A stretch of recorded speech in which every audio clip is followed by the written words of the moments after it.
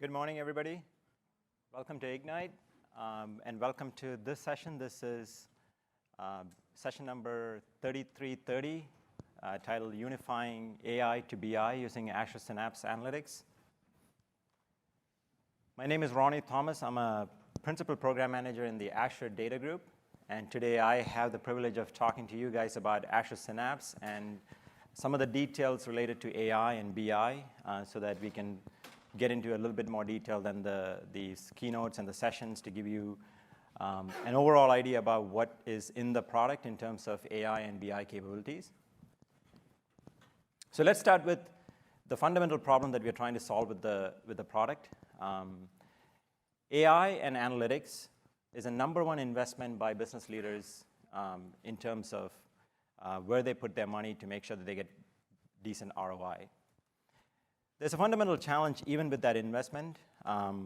There's two that I highlight in the slide. I want to focus on the right-hand side, which is 55% of the customers that Harvard Business Review surveyed mentioned this problem that they have two silos of data. They essentially have the relational data that is a traditional data analysis that most customers do, and they use a technology like data warehousing to do that. And they also have big data, and there's a plethora of tools that actually help customers do the analysis on that. But given the nature of the data and the tools that are really optimal to analyze that, you end up with two different silos. What we want to do after talking to customers is we want to find a way to make sure that these two independent silos of data can actually be thought about as one and analyzed as one. And so we at the Azure Data Group started to think about what is possible for customers if we really were to build a solution for this. And the culmination of all of that interaction with customers and the research that we did ended up in Azure Synapse Analytics. It is our way of bringing these two silos together so that customers like yourself can actually do both relational as well as big data analysis in the same service. So in a one-line summary, what is Azure Synapse Analytics? It is an evolution of SQL Data Warehouse. So all the great features that you think about and you're used to in Azure SQL Data Warehouse, we start that to be the foundation, and then we build upon that. What we're really doing is we're blending big data, data warehousing technologies, and data integration into a single service. And we want to do that so that a customer like yourself can actually do end-to-end analytics at cloud scale. So what I want to do now is actually break into the product a little bit so that I could actually highlight how the product actually provides components that allow you to do end-to-end analytics, right? There's essentially those 5 steps that you see at the very top of the slide that most customers go through. It all starts with data ingestion. And if you think about it, what we have done in Synapse is actually have a layer that does data integration. It allows you to bring data from 85+ data sources into Synapse, and then you have Azure Data Lake Storage Gen 2 at the base of it as a primary storage. So all of that data that you're ingesting comes into Data Lake Storage. Data Lake Storage is actually purposely built for big data analysis. It has support for hierarchical namespace, so it's an ideal place for that data to rest. Now, if you get to the next step, what happens after the data is ingested is that most people want to do some sort of preparation or training on that data, right? And if you're sophisticated, you also maybe want to try some machine learning models on top of that. In Synapse, there's 2 places where that's actually possible. There's Apache Spark that allows you to do training and testing of models. It also allows you to do cleansing of data that you have. But we also have integration with Azure Machine Learning, and that's a key one because with that integration, what it allows you to do is actually build very sophisticated models using data that's already in Synapse. There's advanced features like automated ML that allow you to really go and build ML models by iterating through parameters and ML algorithms. So the integration really helps you do that. And then at some point, you may be one of those customers that actually are mostly SQL-based, and then we also provide all of the SQL engines that you're used to. The goodness of SQL data warehouses comes back into Synapse, and you can serve your data from there. And the last part that we see customers do is actually building some sort of dashboard and reports for BI purposes, right? So for that, what we had done is we have taken the goodness of Power BI and we have integrated that tightly with Azure Synapse. So you could take the data in your SQL pools and you could create visualizations using Power BI. So for the most of the rest of the presentation, what I want to do is actually get you guys more familiar with both of those capabilities, both in the integration that we have with Azure Machine Learning, as well as the integration that we have with Power BI. So the first thing I want to do is actually switch to the tool and give you guys a glimpse of what's possible with Azure Synapse. So this, what you're looking at is a notebook that I have that is going to go create a workspace in Azure ML. And it's actually going to go through the notebook step by step to create a machine learning model. And in the process of doing this, what we will also do is invoke automated ML so that we can actually configure that to go iterate through different parameters and different ML algorithms to actually go find the right model. We'll actually go deploy that and actually do some inferencing on top of that. This is a pretty lengthy notebook, so what I'll do is I'll actually selectively pick some cells in the interest of time and run through that. So at the very beginning, we're just loading some packages that will help us later on. I have already created an AML workspace and a data set as well as a data store. In the context of AML, most of the collaboration happens in a workspace. And then you have a notion of a data store, which is essentially an abstraction over a storage account. And then the final thing is actually a data set, which is the actual data that you want to actually pass in as input to your automated ML algorithms. So this is really just getting the workspace object back. So the workspace that I have created, pre-created, it just gets the workspace object back.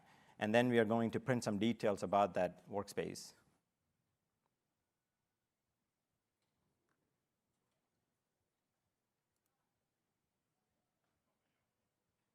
So at the end of this cell, what you should see is a bunch of details about the workspace and the things like the data set name, the data store name. All of those things are just getting printed out just so that we can actually reference it later on.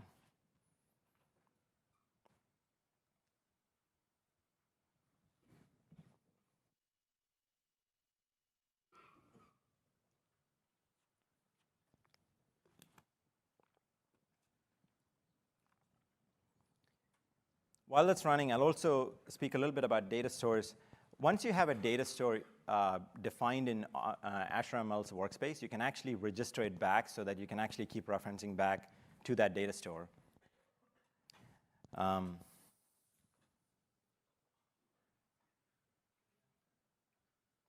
you see that it spit out all this information, your subscription ID, the resource group name that I'm using, the region, as well as the experiment name.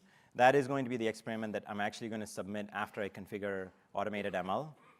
So the next step would have been registering a data store. Because I have already created and registered this data store, this is one of those steps that I'm going to skip. And this is the next part of this whole process where now we have a workspace, we have a data store, we have a data set. What we want to do is actually take that data set and actually look at what is it that's really relevant to the model that we're trying to build. So in this step, you can see that I'm actually reading in a bunch of files to create that data set, and then I'm actually dropping some of the features so that you could see the line that I'm highlighting here. That particular line is the line where I'm dropping a bunch of columns so that I can actually streamline the model a little bit more. And then the next step is to actually split that data set into two parts, essentially doing a random sampling to take 80% of that data to train my model, and then 20 to keep away so that I can come back and test the accuracy of that model.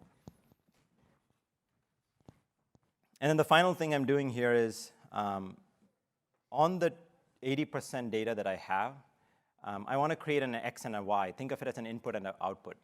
The X is going to hold all the columns except the one column that I'm asking the model to predict. So for example, in this case, I'm trying to create a model that actually predicts something.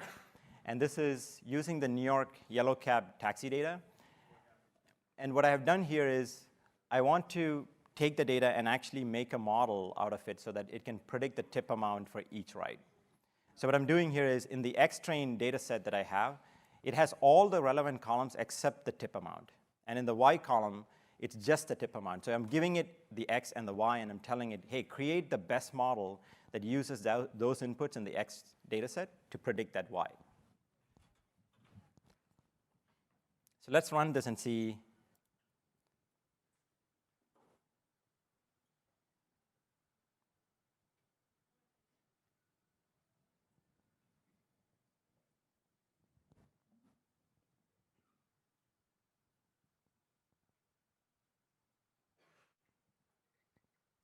And while that's running, let's actually talk about the next step, which is really configuring automated ML. So automated ML is one of those advanced features in Azure Machine Learning.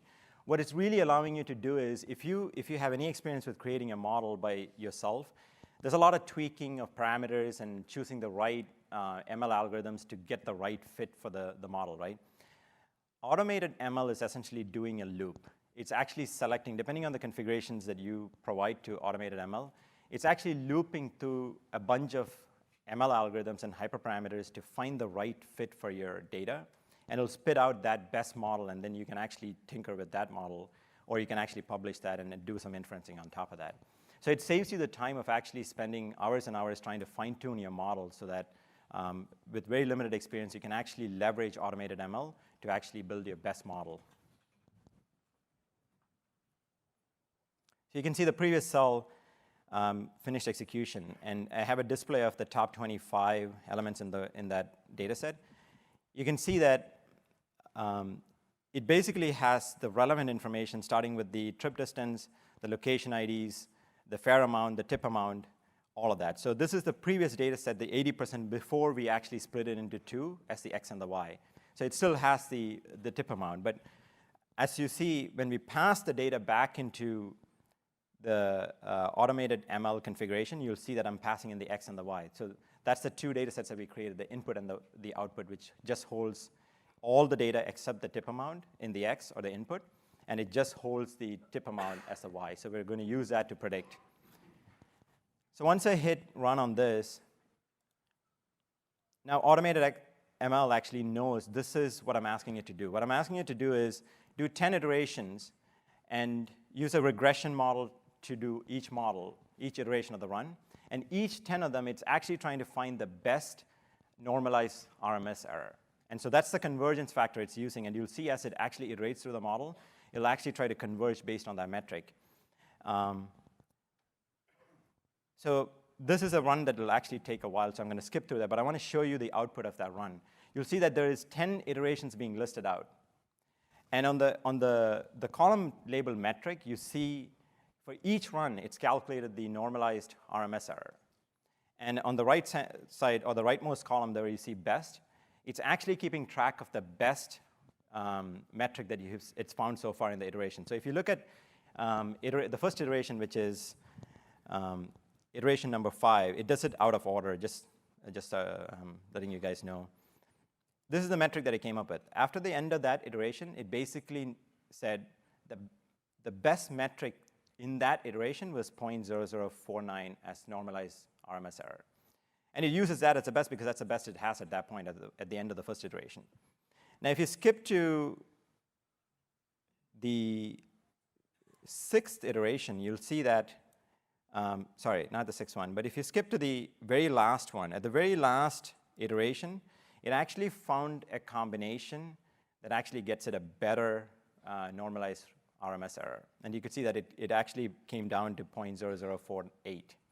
So it knows out of all the 10 iterations, that's the best model that it has chosen so far, and that is the model that is going to pass back to us as the best fit model. So in this case, I have already taken that model and I've actually registered it.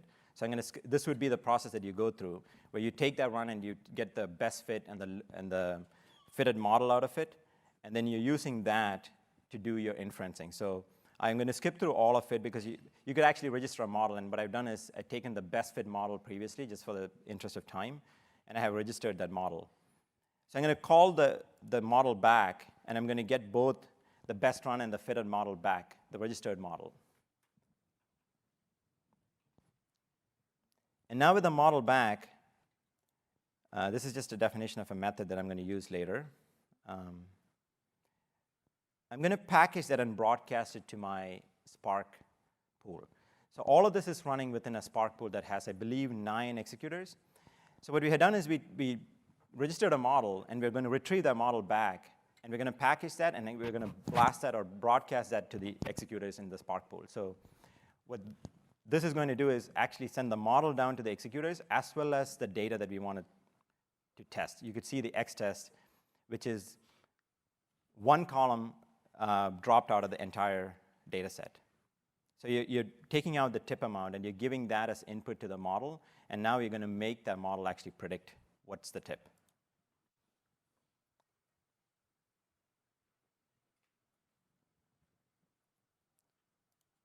Sorry, I missed executing cell 29.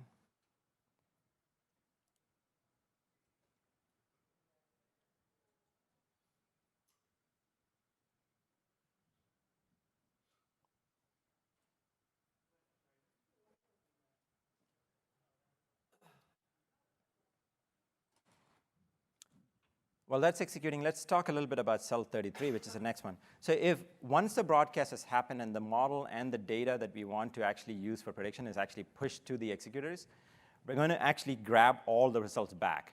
We're going to combine that into a data frame and print it out so that I could show you the predicted amounts.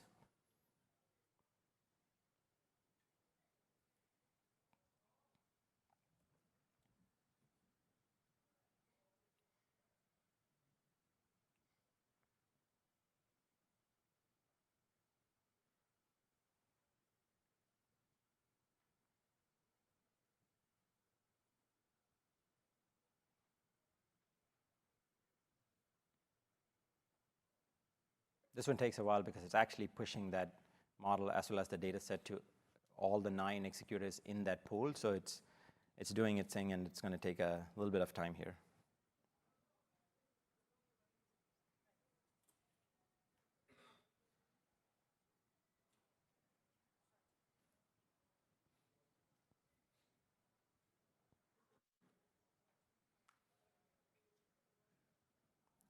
While it's running, I'll also highlight a point here. So all of this is happening in Synapse. The integration allows you to push the data set to AML workspace and predict your model using that. It generates that model. And once a model is done, you can actually bring it back into Synapse and in the workspace and leverage the SQL pools or the Spark pools that you have created to broadcast that model as well as the data to actually do your prediction. So you could see the integration at play here.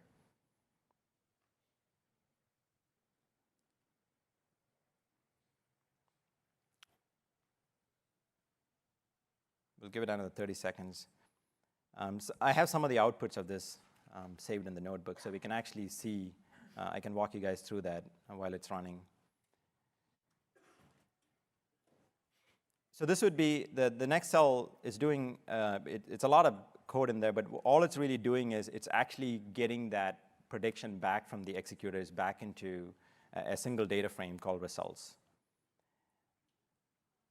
And just for printing purposes, I'm going to convert that data frame into a pandas data frame, and it allows to just make it much easier and easier to read when it prints it out.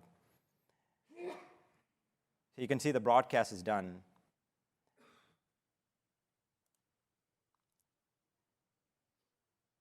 This actually is going to go ask the executors to go do the inferencing, and it's going to grab all that data back here now.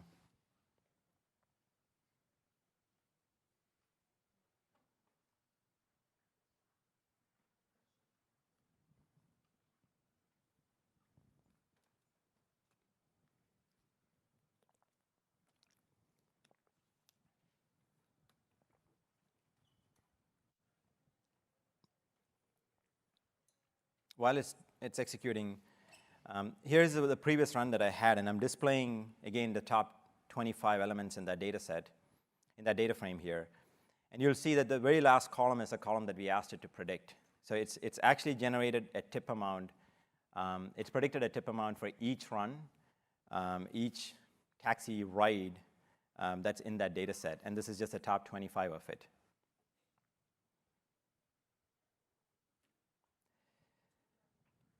I'll also move on just in the interest of time here while it's executing. Once we have that data, there's a bunch of things that you can do inside a Synapse with it. So you see that data frame. What we have is a connector that actually seamlessly pushes data from Spark into Data Warehouse. So I have this data frame in Spark. The cell that we're looking at right now, all it's really doing is it's creating a temporary view in Spark. It's creating a temporary table in Spark. And now I can actually use the connector to push that data into a SQL pool in my Synapse workspace. So that cell finished executing. And if you were to print out this data, you will see the top 25. And then you can stop at that, and you can verify that the model's accuracy is right and at the level that you want. But you can also visualize some of it if you want it. But what you can do is you can take that data frame, and you can actually use the connector that I'm showing here, which is the Spark to DW connector, to take that data that you temporarily stored as a view or a table in Spark and actually push it into a SQL pool. In this particular example, I have a pool called SQL Pool 1, and I'm pushing data into SQL Pool 1, the predicted data set, which is about 1.6 million rows for each one. The model has gone and predicted a tip amount. And it's going to take that entire table, which is in Spark's memory, it's going to push that into a SQL pool. So if I switch back to by the way, this is the data tab in the studio. And if I switch back to the databases and I go to SQL Pool 1, which is a SQL pool that I wanted to push that data into, you'll see a table called NYC Tip Prediction 2. And that's all the data that we generated using the prediction in Spark, and we have pushed that back into SQL. So this is, again, that theme of taking data in both a big data setup as well as relational, and actually kind of coalescing that boundary and saying, let's push that data back into SQL and do some analysis on top of that. And now that it's in SQL, you can do all of the traditional stuff that you do with SQL data warehouses and all the T-SQL endpoints. We also have the integration with PowerBI, so technically I can take that data and actually do some visualizations on top of that data in PowerBI. But we'll have a separate demo to actually highlight that part.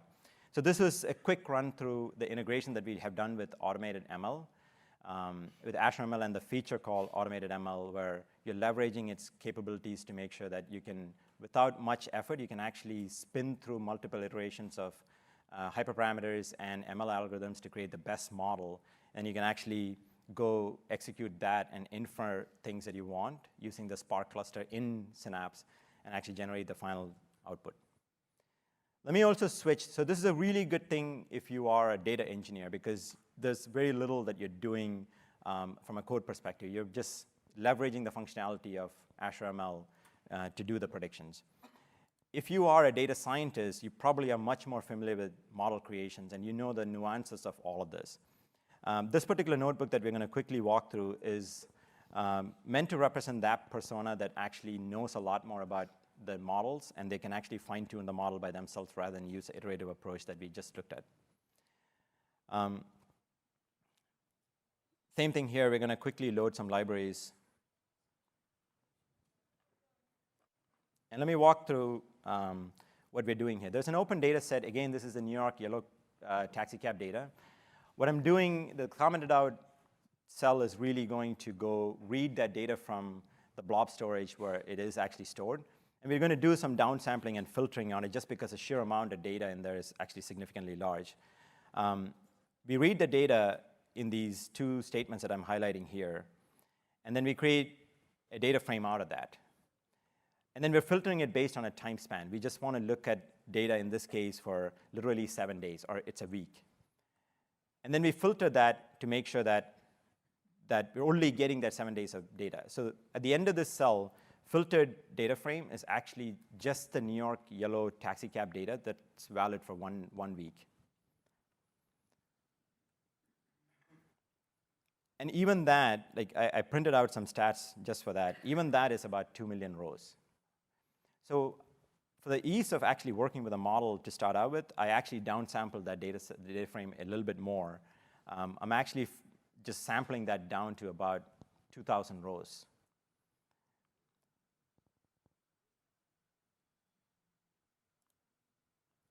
So what the next step in here is now I have a really small sample, but still a representative sample that I can actually use for my model generation. I have an ADLS Gen 2 account that I have actually linked to this workspace. Just like I mentioned before, that's the primary storage when you're using Synapse. I'm going to read that data, and I'm going to write it into that Gen 2 storage so that I can actually reference it back again. This is the sample data. This is the 2,000 rows that we're talking about. And then I'm going to actually cache that data. I'm going to write a temporary view into Spark so that I could use that for some SQL processing later in the notebook. But before we get into the model, it would be great if we could actually look at that data a little bit. We could explore that model a little bit, or the data a little bit. So this is really just plotting 3 different visualizations. It's really looking at a histogram with 20 bins, looking at the tip amount, again, for all the writes in that 7-day period. And the second one is a box plot that actually looks for any kind of outliers in the data set. And the last one is going to be a scatter plot just to see if there's any existing correlation that you're going to see in the data.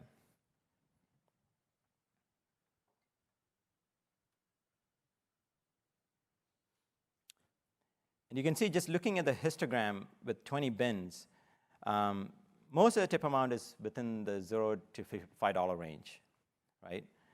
But when you look at the box plot, you do see some significant outliers in terms of tip amount. So we do need to clean this data a little bit. And the last one, you do see a little bit of correlation between the tip amount and the fair amount. But it potentially tells us that there is some correlation, but we'll let the model actually tell us what kind of a correlation there is. I mentioned that there is some cleaning up to do here. So one of the things that we're going to do is we saved a table in Spark.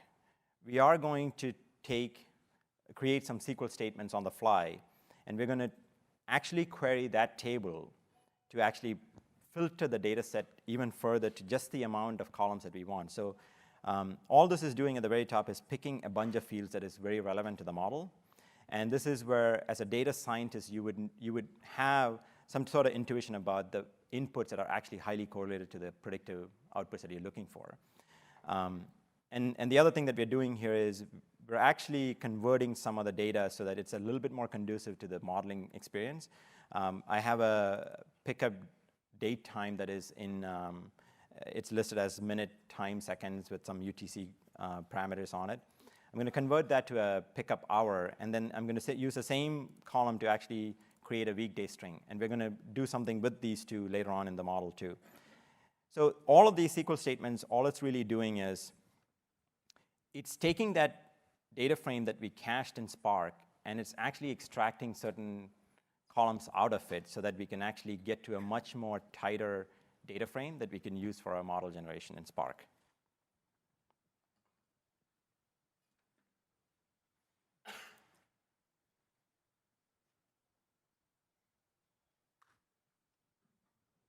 And at the end of the execution of that cell, we have saved the filtered data set that we created with a bunch of columns that we dropped into a table called NYC taxi underscore filtered. If I were to show a top 10 of that, it will have all of these rows in here. And you'll see that it's still a little unwieldy. And it's probably still not good for a model as input because it has some text, it has some data that we still need to clean up here. So let's actually do a second round where, in this case, what we're doing is we created this pickup hour from that pickup time. And this is just an hour. If you look at the display above, this is the fourth from the last. So it's really just telling you if it was at 4 o'clock in the afternoon, it's just 16. It's really converting that to a 24-hour format and then giving you the hour. We want to actually bucketize that into 4 buckets. Depending on the time that pickup happened, we're going to label that as either night, AM rush, PM rush, or afternoon. And that also helps us to do something else later in the model. So let's run this and see if we can get a new temporary cache that we can create. So that goes and creates an NYC featureize. So now we have all the features in there. We still are not done cleaning the data yet. Because if you look at this data, you still have non-numerals in here. You have strings where it says the pickup day was a Wednesday. And you also have the buckets that we just created, or the categories that we just created, right? When you're passing it into models, you typically want all of those strings to be converted to some sort of numeral so that it can actually understand that and actually use it for correlating the predictions pretty well. So to convert these, what we want to do is actually leverage something called one-hot encoding. It's a fairly generic method that they use whenever you want to do this kind of processing from something that is a string that the model can really not understand to something that it can actually correlate back. In this case, what I'm doing is I'm taking two columns that I'm very interested in, which is the traffic bins, time bins that we created, and the weekday strings. And to convert it to a numeral, I could have done like a mapping function. But what that does is it can actually artificially influence the model. Because if I map it to some numerals, the numerals are going to be held as some value for the model, and it's actually going to skew my model. So what I'm going to go through is one-hot encoding that takes away that bias. And there's two steps in here. The first one is really just going to do an indexer on it, and then I'm going to take that and actually do an encoding on top of that. So this is a very lengthy process that it goes through. So I'll show you some of the saved data frames that I have. This is the same data frame. I still kept the weekday string, but what it also shows you is that there's a weekday vector where it's actually converted that into some sort of numeral representation. And now you have a data frame that is encoded, and that could be the input to your model.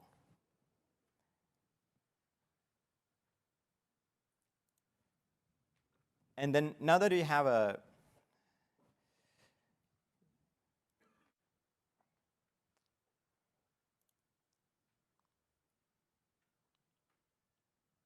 sorry, I'm missing a variable definition here. While that's running, let me actually talk about the next steps here. In most of these model generation activities, you actually take the data set and you split it into a train and a test set. In the previous case with Azure ML, we were actually doing an 80-20 split. We took the 80% data to actually train it, and then we took the 20 to actually test it. In this particular case, we just happened to pick 70% as the split threshold here. So we're going to take 70% of that data and actually use that 70% to actually train the model, and we're going to keep that 30% to test it later.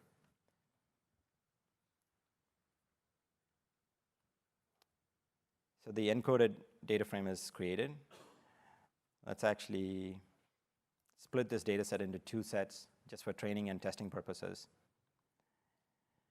Now this is the crux of all of this activities, right? So this is where we are actually choosing a logistic regression model, and we're giving it parameters that we have fine-tuned. A good friend of mine at work and I spend considerable amount of time to actually pick these and fine-tune these parameters. And this goes back to highlighting the value that you get from something like automated ML in Azure ML. Because all of this took a significant amount of time to actually get to a fine-tuned model that actually gives us a better prediction. And as you saw, automated ML actually went through that iteration without much effort from our side to actually converge on the best model. So this goes and actually uses the logistic regression method and actually creates a model. And I'm going to save that model. This takes about 4 hours or so. So I have saved that model. And what it came out is that if I look at the ROC, which is one of the metrics that you typically see data scientists actually optimize for when they're looking at the models and the accuracy of their models, it gave me a 98% accuracy on the predictions. And what I wanted to do is actually take that and visualize it so that we can see what that really looks like. What does that 98% ROC mean? It's really comparing true positives against true positives against false positive ratios, whichever way you want to look at it. And what you ideally want to see is the blue curve actually shoot up almost vertically up and then go across to the right. And you could see it's actually doing a fairly good job, but it's still there's a certain amount of room for it to be improved. And a lot of that we realize is because of the fact that we had to downsample data to about 2,000 rows from the original data set. The original data set is about 25 million rows. And it was just taking way too long. So we said, OK, there is probably some benefit in downsampling with foregoing some accuracy here.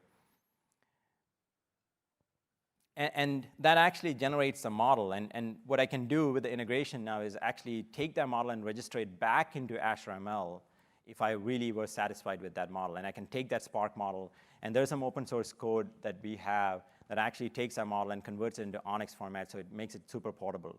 And there's also a different element to this. In SQL data warehouse today, there is a T-SQL predict functionality where you could actually load an Onyx model, and you could actually do predictions on top of that using that model.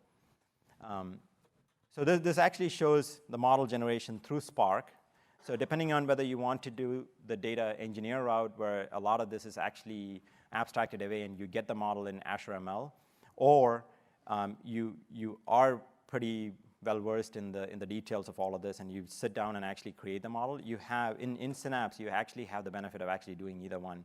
We provide you that flexibility and functionality there. And the last step that we're doing here is we started downsampling data just to create a model. Then when we were pretty happy with the accuracy of it, we did an extra run where we took a larger data set and we actually ran it through the model. I believe this was, at the end of the day, this came out to be about 6 million rows that we passed through the data to the model. And we did the same process. Again, you go through the same steps by making sure you're picking the right columns and features, and you're also going to have to do that encoding that I talked about. But we did the same process on the larger data set, and then when we looked at area under the curve for ROC, we got about 97%. That's a fairly accurate model to start from, like 2,000 rows that we actually generated that model, and even with a larger data set testing through that, we're actually getting a pretty good accuracy on that model. So this shows the second demo that I wanted to highlight, which is with the Spark capability in there, you can actually go very detailed, sophisticated into creating a model. And with the integration, you can actually push it back into Azure ML, and you can actually deploy it through there. Or you could do the reverse, where you're using some of the advanced capabilities of Azure ML, create a model in there, and you could actually infer based on that model back into your Spark pools in Synapse. And so in the last few minutes that I have here, I want to showcase the integration with PowerBI, because all of this data typically gets visualized in some way, and PowerBI does a very good job of actually visualizing data, and then it actually allows you to disseminate that reports and dashboards to the rest of your organization. So let's actually switch to a different workspace that I have. The first step in actually all of this process is, because of the integration, we actually allow you to bring any of your Power BI workspaces and link it to your Synapse workspace. And the process of doing that is just a simple two-line form that we provide, and you actually link the Power BI workspace back into the Synapse workspace, and you'll see it as a link service. Once it's linked, if you go into the Orchestrate tab, you'll see a Power BI dropdown. And in this particular case, my workspace has a few data sets that are already created and a few reports that are already created. So there's 2 data sets in here, and there's 2 reports that are already created. Let's actually use one of these data sets to create a new report, brand new report here. And this is some of the work that we had done with embedding Power BI functionality back into Synapse. It allows you to actually, within the context of Synapse itself, create a full-fledged report. So let's actually go through that really quickly here. So I click on creating a report, and what you see is the entire Power BI report generation authoring tool is actually embedded into Synapse. So you can actually, once the fields are loaded up, we can try to select some of these tables and the columns out of it and see if we could create a quick visualization here.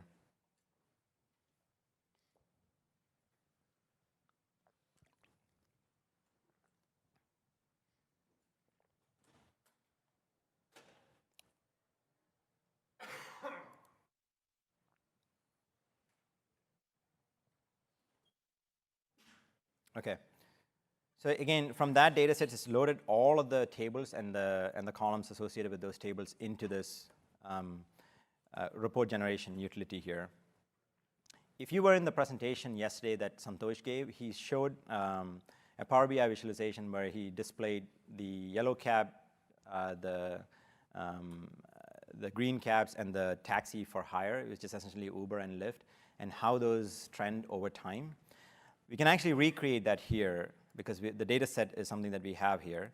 So let me pick up the date, the date of pickup, the for hire rides, as well as the green rides and the yellow rides. And I'm going to choose a line chart for this. And if I were to let it visualize this, you will see the exact same chart that was displayed yesterday. So this shows you that we can actually, with that integration with Power BI, it allows you to do some really cool visualizations without ever leaving the context of Synapse. And this is just one of the 2 initial integrations that we have, and we have a lot more planned in terms of, based on customer scenarios, we want to integrate more functionality in here where it makes sense to make this experience a lot more integrated.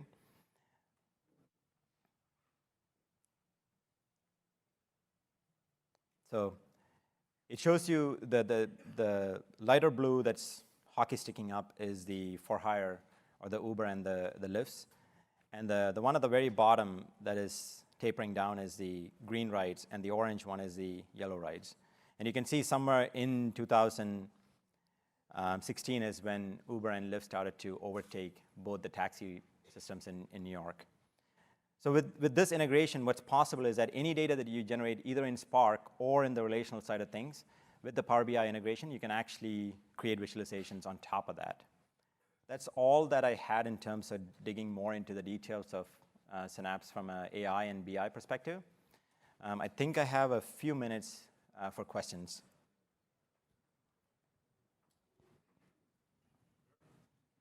Yeah, if you could step to the mic so that we could get the question too.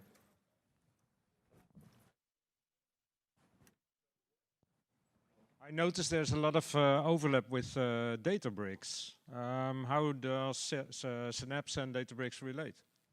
Yeah, so there's a lot of customers that build solutions using Databricks today. What we're seeing is a set of customers that really want to have a lot more integrated experience with Spark in the middle. And our solution with Synapse is really meant to address that customer base.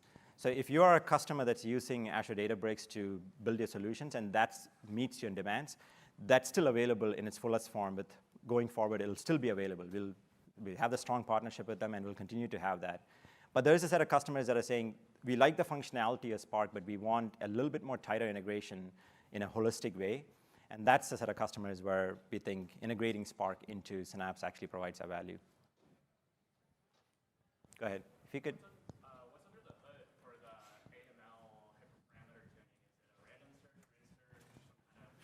So I'm gonna call up Maxim for this. Maxim's a colleague of mine from Azure ML. So yeah, hi everybody, I'm Maxim from Azure Machine Learning team. So to answer your question, it's a Bayesian algorithm. It's actually kind of AI algorithm that, based on the intermediate search results, kind of guides the search towards what the best algorithm could be for this particular problem. So it's pretty sophisticated algorithm, but it's all automated for you, so you can just use it and receive results, kind of choose the best algorithm and best hyperparameters.